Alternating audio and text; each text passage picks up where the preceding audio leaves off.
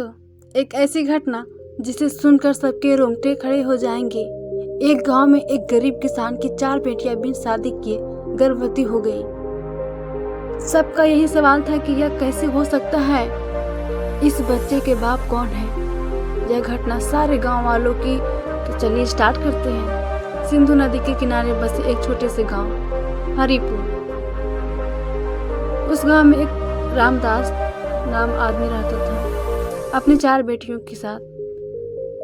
सावित्री, कमला, राधा और छोटी बेटी अनुराधा के साथ रहता था। रामदास की पत्नी लक्ष्मीबाई अनुराधा के जन्म के कुछ समय बाद ही बीमारी के कारण चल बसी थी। तब से रामदास ने अपनी बेटियों को माँ और पिता दोनों का प्यार दिया। वह एक मेहनती किसान था जिसके पास थोड़ी सी जमीन थी और वह दिन रात मेहनत करता था। दिन रात मेहनत करके अपनी बेटियों को अच्छी परवरिश देता था। उसकी सबसे बड़ी बेटी सावित्री अब 22 वर्ष की हो चुकी थी और घर की जिम्मेदारियों को संभालने में अपने पिता का पूरा साथ देती थी। सावित्री एक समझदार और मेहनती लड़की थी। उसने अपनी माँ की मृत्यु के बाद अपनी छोटी बहनों को देखभाल माँ की तरह की थी। वह सुबह जल्दी उठकर घर का काम संभालती, खाना बनाती और अपने पिता के लिए खेत में ले जाने के लिए भोजन तैयार करती। उसकी बहनें भी घर में काम करते उसका पूरा साथ देती थी। चारों बहनें आपस में बहुत प्यार और एकता के साथ रहती थी, जिसकी वजह से गांव में लोग रामदास के परिवार की तारीफ भी करते थे। सावित्री सुंदरता और समझदारी की चर्चा हर गली मोहल्ले में थी। एक सुहानी सुबह सूरज की पहली किरणें हरिपुर गांव में फैल रही थी। रामदास अपने छोटे से आंगन में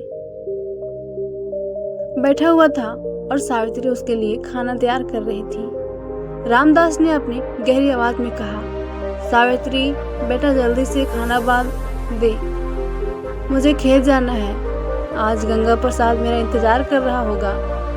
सावित्री ने रसोई से जवाब दिया कि हाँ पिताजी, बस अभी तैयार करती हूँ। उसने एक थाली में ताज़ा बनाई रोटियां और सब्जी, एक छोटा सा कटोरा और खीर रखा। खीर की मधुर खुशबू पूरे घर में फैल रही थी। रामदास ने मुस्कुराते हुए कहा, वाह बेटी, यह खीर की खुशबू तो कमाल की है। लगता है आज मेरी बेटी ने मेरे लिए खास खाना बनाया है। सावित्री ने शर्माते हुए जवाब दिया, जी पिताजी, आपको खीर बहुत पसंद है ना, इसलिए मैंने आज खास आपके लिए बनाई है। चलो अच्छा है, आज मैं पेट भर खाना खाऊंगा। अब मैं चलता हूँ। बेटी तुम अपनी और अपनी बहनों की देखभाल करना, और हाँ, किसी अनजान को घर में मत आने देना। रामदास ने सावित्री को समझाते हुए कहा। सावित्री ने जवाब दिया, जी पिताजी, आप निश्चित रहें, आप भी अपना ख्याल रखिएगा। रामदास अपनी टोकरी उठाकर खेतों की ओर निकल गया। रास्ते में उसे उसका पुराना दोस्त गंगा प्रसाद मिला। गंगा प्रसाद और रामदास की दोस्ती बचपन से ही थी।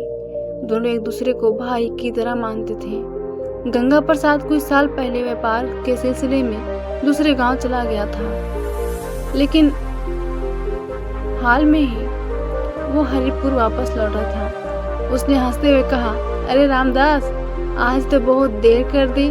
रामदास ने जवाब दिया, हाँ कुछ नहीं, बस सावित्री से थोड़ी बात कर रहा था। गंगा प्रसाद ने पुरानी यादें ताजा करते हुए कहा, अच्छा, अब तो तुम्हारी सावित्री भी बड़ी हो गई होगी। जब वह छोटी थी तब मैं उसे अपने कंधों पर बिठाकर मेला दिखाने ले जाया करता था, लेकिन अब तो पूरे 10 साल बाद गांव लौटा हूँ, किसी से मिलने का मौका ही नहीं मिला। रामदास ने गर्व से कहा, हाँ दोस्त चल। जब से लक्ष्मी का देहांत हुआ है, सावित्री ने ही अपनी बहनों को माँ की तरह संभाला है। मैं बहुत भाग्यशाली हूँ कि मेरी बेटी इतनी समझदार है। तो गंगा प्रसाद ने उत्साह से कहा, फिर तो मुझे भी सावित्री और बाकी बेटियों से मिलना पड़ेगा। चल आज रात का खाना तेरे घर पर ही खाते हैं। रामदास ने खुशी से जवाब दिया, ठीक है भाई, आज रात तू मेरे घर आ जा।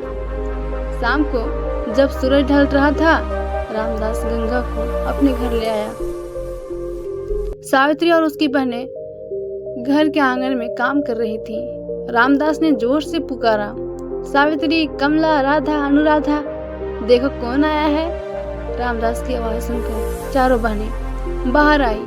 पिताजी आप आ गए, और यह कौन है? सावित्री ने पूछा। तो रामदास ने मुस्कुराते हुए कहा, बेटी यह मेरा दोस्त गंगा प्रसाद है। तुम्हें याद है जब तुम छोटी थी तो तुम्हें मेला दिखाने ले जाया करता था। सावित्री ने हंसते हुए कहा, पिताजी चाचा जी को भला कैसे भूल सकती हूँ। गंगा प्रसाद ने तारीफ करते हुए कहा। वाह सावित्री बेटी, तुम तो सचमुच बहुत ही बड़ी हो चुकी हो, बिल्कुल अपनी माँ पे गई हो। इसके बाद सावित्री शर्माते हुए बोली, अब आप लोग बैठ जाइए, मैं ही खाना लगा देती हूँ। इतना कहकर सावित्री रसोई की ओर बढ़ गई। सभी लोग अंदर गए और आराम से खाना खाया। गंगा प्रसाद ने रामदास की बेटियों की तारीफ की और पुरानी बातें की। रात बीत गई और गंगा प्रसाद अपने घर लौट गया। कुछ दिन ऐसे ही गुजर गए। गंगा प्रसाद अक्सर रामदास के घर आया जाया करता था। एक दिन जब दोनों दोस्त खेतों में काम कर रहे थे, गंगा प्रसाद ने गंभीर स्वर में कहा, रामदास, क्या तूने कभी सावित्री की शादी के बारे में नहीं सोचा? वह बड़ी हो गई है। रामदास ने जवाब दिया, क्या करूं भाई, सोचा तो था, लेकिन कोई अच्छा सा लड़का मिले तब ना। मैंने अपनी बेटियों को बड़े नाजों से पाला है और अभी मेरी बाकी 3 बेटियां छोटी हैं, इसलिए सावित्री को शादी के लिए मनाना थोड़ा मुश्किल है। गंगा प्रसाद ने समझाया, देख भाई, मजबूरियां तो हमेशा रहेंगी। इसका मतलब यह तो नहीं कि तू अपनी बेटी की शादी ना करे। सावित्री अब जवान हो रही है, कहीं ऐसा ना हो कि कोई गलती हो जाए। इससे अच्छा है कि तू उसकी शादी कर दे। रामदास ने कहा, हाँ भाई, तू सही कह रहा है, मैं इस बारे में कुछ सोचता हूँ। फिर गंगा प्रसाद ने हंसते हुए कहा, सोचना क्या है, जल्दी से एक अच्छा सा लड़का देख और इसका रिश्ता तय कर दे।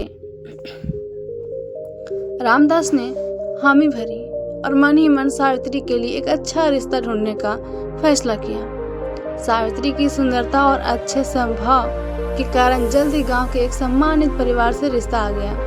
रामदास ने सावित्री से कहा, बेटी, मैंने तेरे रिश्ता गांव के हरिपाल के बेटे श्याम से तय कर दिया है। तुझे कोई आपत्ति तो नहीं?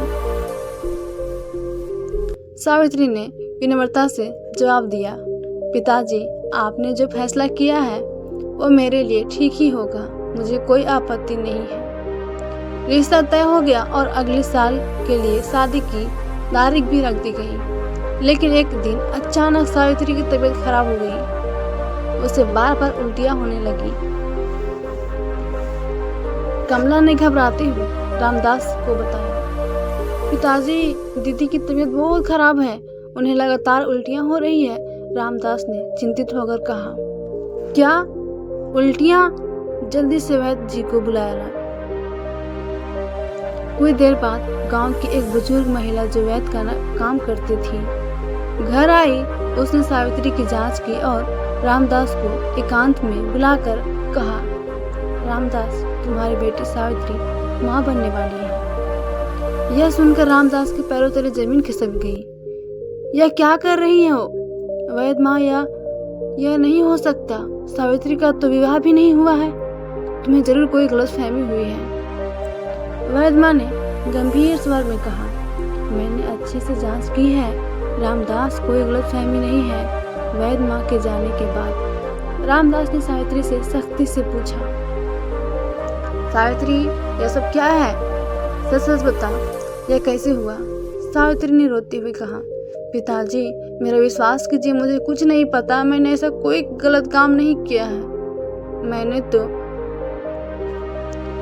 हमेशा घर पर ही रहा है, घर से कहीं बाहर नहीं निकलती। रामदास गुस्से से चिल्लाए, मुझे पागल समझती है? समझ, सच बता, यह सब कैसे हुआ? सावित्री ने बार बार यही कहा, पिताजी, मैं सच कह रही हूँ, मुझे कुछ नहीं पता। रामदास का मन उलझन में पड़ गया। वो सावित्री को लेकर दूसरे गांव के एक मशहूर वैद्य के पास गया। रास्ते में उसे गंगा प्रसाद मिल गया। उसने पूछा, अरे रामदास, इतनी जल्दी में कहाँ जा रहे हो? रामदास ने संक्षेप में जवाब दिया, बस सावित्री की तबीयत खराब है, वैद्य के पास जा रहा हूँ। गंगा प्रसाद ने जिद करते हुए कहा, मैं भी साथ चलता हूँ, सावित्री मेरी भी तो बेटी जैसी है। रामदास ने उसे मना नहीं कर सका और दोनों सावित्री को लेकर वैद्य के पास गए। वैद्य ने भी यही बताया कि सावित्री गर्भवती है।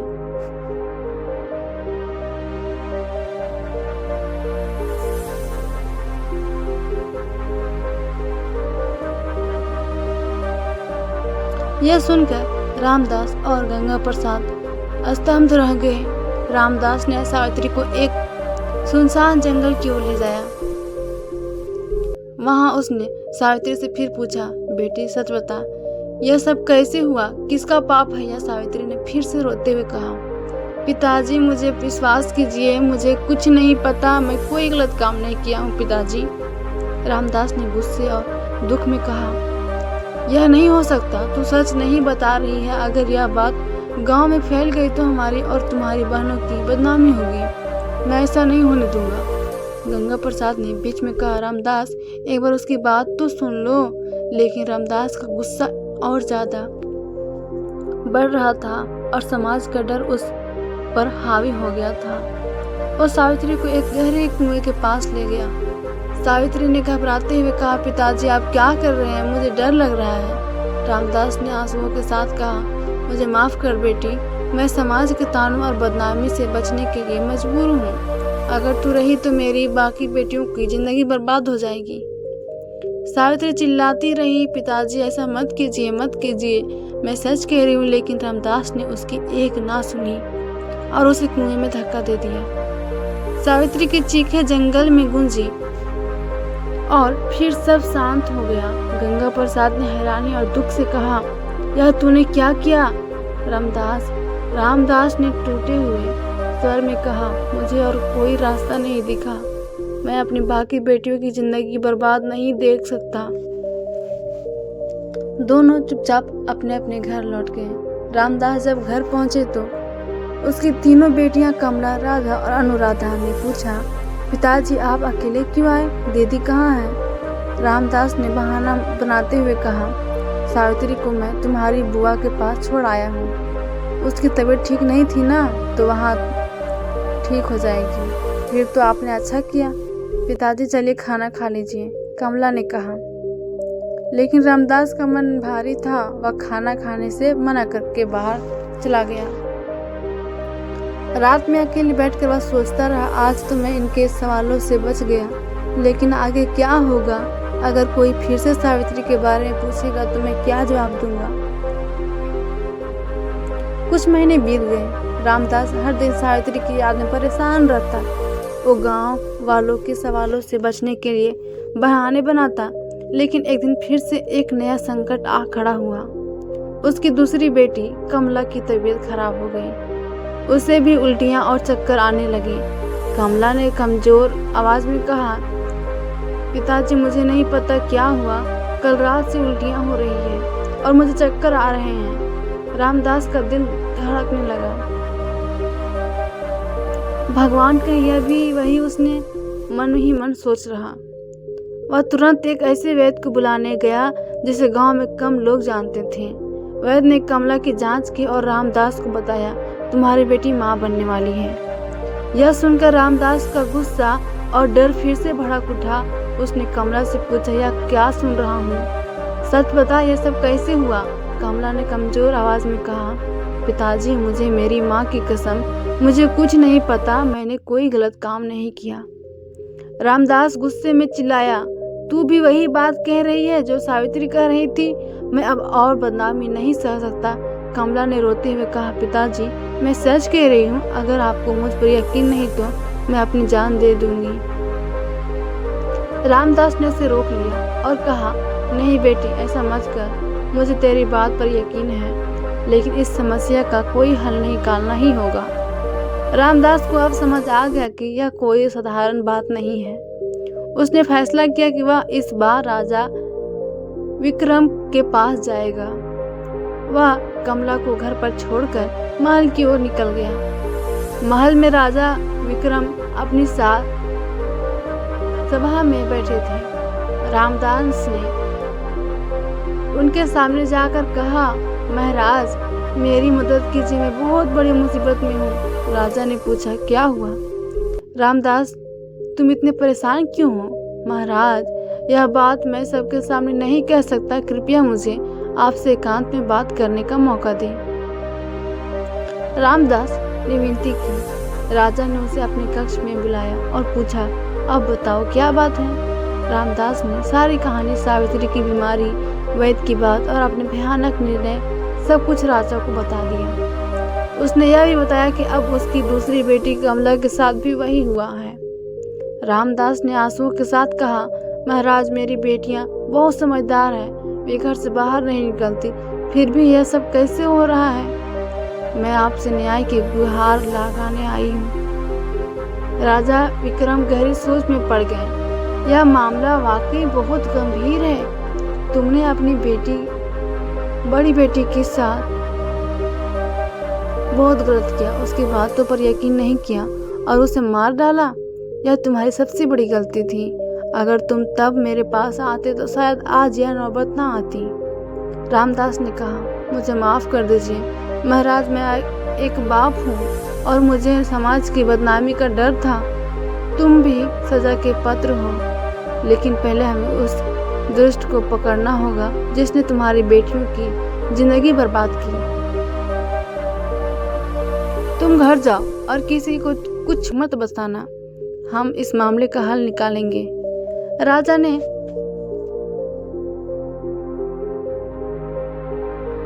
आश्वासन दिया।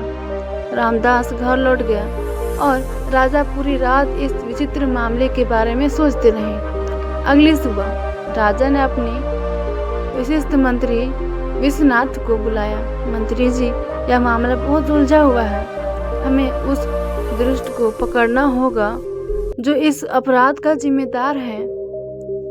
मंत्री विश्वनाथ ने कहा, महाराज आप कोई योजना बनाए, मैं आपका पूरा साथ दूंगा।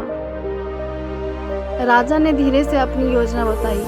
हम कुछ सैनिकों को गांव वालों के भेष में रामदास के घर के आसपास तैनात करेंगे। वे रात में नजर रखेंगे कि कौन आता है और कौन जाता है। हमें उस दुष्ट के कोंगे हाथों पकड़ना है जो यह काम कर रहा है। मंत्री ने राजा की तारीफ करते हुए कहा, अति उत्तम महाराज, यह योजना जरूर काम करेगी। रामदास अपने घर लौट आया, लेकिन उसका मन अब भी भारी था। राजा विक्रम की बातों ने उसे एक नई उम्मीद दी थी, पर साथ ही सावित्री की याद और कमला की हालत उसे बार बार परेशान कर रही थी। उसने अपनी बेटियों से कुछ नहीं कहा और रात में सामान्य व्यवहार करने की कोशिश की। कमला, राधा और अनुराधा को देखकर वह मन ही मन सोच रहा था, हे भगवान, मेरी बेटियों को इस संकट से बचा ले। उस रात वह सो नहीं पा सका। आंगन में बैठा तारों को निहारता रहा और मन ही मन एक ही सवाल घूम रहा था, यह सब कैसे हो रहा है। उधर राजा विक्रम और उनके मंत्री विश्वनाथ अपनी योजना को अमल में लाने में जुटे थे। विश्वनाथ ने अपने सबसे भरोसेमंद सैनिकों को चुना, जो गांव वालों के भेष में रामदास के घर आसपास नजर रखने वाले थे। यह सैनिक सामान्य किसानों और मजदूरों की तरह कपड़ा पहनकर गांव में घुल मिल गए थे, ताकि किसी को शक न हो। विश्वनाथ ने उन्हें सख्त हिदायत दी थी कि वे रात के समय रामदास के घर पर पैनी नजर रखें और किसी भी सदिग्ध गतिविधि की तुरंत सूचना दें। रात गहराने लगी। हरिपुर गांव में सन्नाटा छा गया। कुत्तों को भी भौंकने की आवाज और रात के कीड़ों की आवाज से सिवा कुछ नहीं सुनाई दे रहा था। रामदास का परिवार गहरी नींद में था। कमला, जो दिन भर की परेशानी और उल्टियों से थक चुकी थी, अपनी बहनों के पास सो रही थी। रामदास भी आखिरकार थकान के मारे अपने चरपाई पर लेट गया, लेकिन उसकी आंखें खुली थी। आधी रात को एक काले कपड़े से चेहरा ढका हुआ था। व्यक्ति चुपके से रामदास के घर की ओर बढ़ा। उसकी चाल सावधान थी, जैसे वह नहीं चाहता था कि कोई उसे देख ले।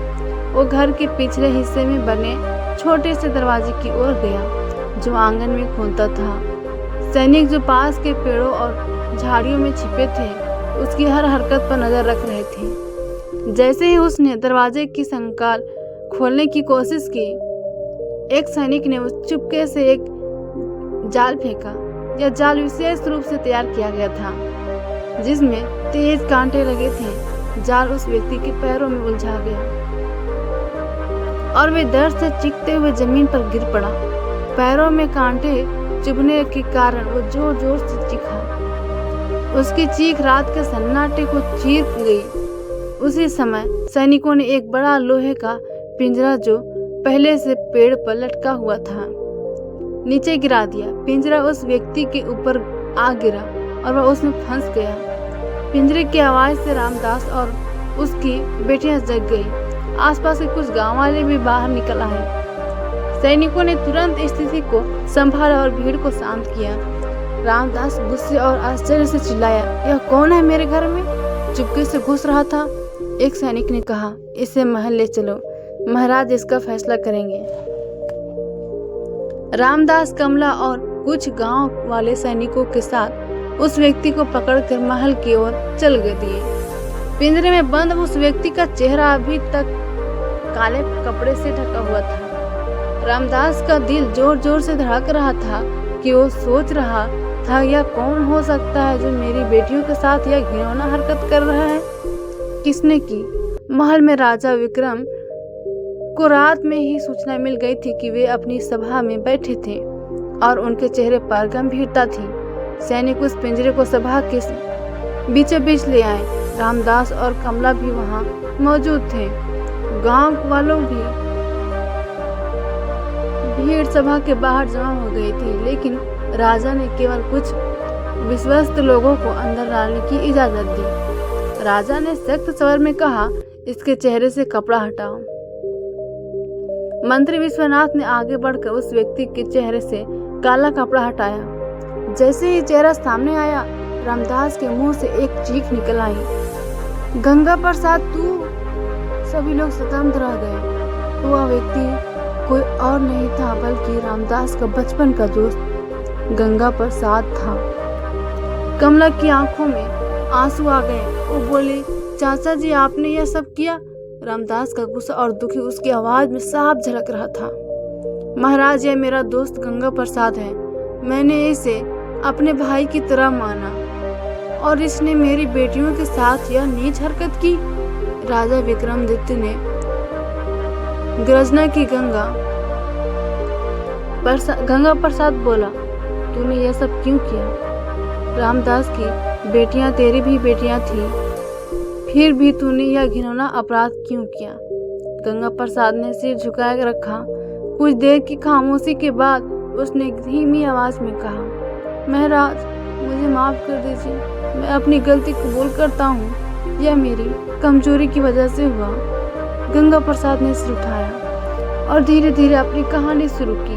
महाराज, जब मैं इस गांव में रहता था, तब रामदास और मैं बचपन के दोस्त थे। उसकी बेटियों को अपनी बेटियों की तरह मानता था, लेकिन कुछ साल पहले मुझे व्यवहार के लिए दूसरे गांव जाना पड़ा। वहां मेरी जिंदगी मुश्किल थी।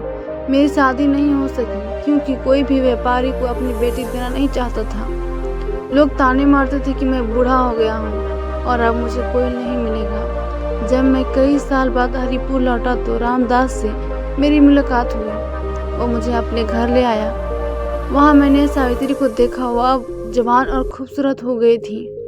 मेरे मन में गलत ख्याल आने लगे। मैंने अपनी इस कमजोरी को रोकने की कोशिश की, लेकिन मैं हार गया। मुझे अपनी जिंदगी में एक साथी की कमी ख्याल कर रही थी और सावित्री की सुंदरता ने मेरे मन को भटका दिया। एक दिन मैं अपने एक पुराने दोस्त के पास गया जो जड़ी बूटियों का व्यापारी करता था। मैंने उसे अपनी परेशानी बताई। उसने मुझे ऐसी औषधि दी जिसे छिड़कने से कोई गहरी नींद में चला जाता है और उसे कुछ पता नहीं चलता।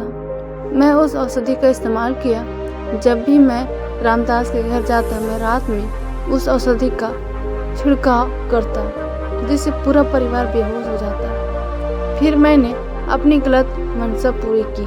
सुबह होने से पहले चुपके से निकल जाता था ताकि किसी को कुछ ना पता चले। जब सावित्री की तबीयत खराब हुई तो मुझे डर लगा कि मेरा अपराध सामने आ जाएगा, लेकिन रामदास ने सावित्री को गंगा प्रसाद रुक गया क्योंकि वह आगे नहीं बोल पा रहा था।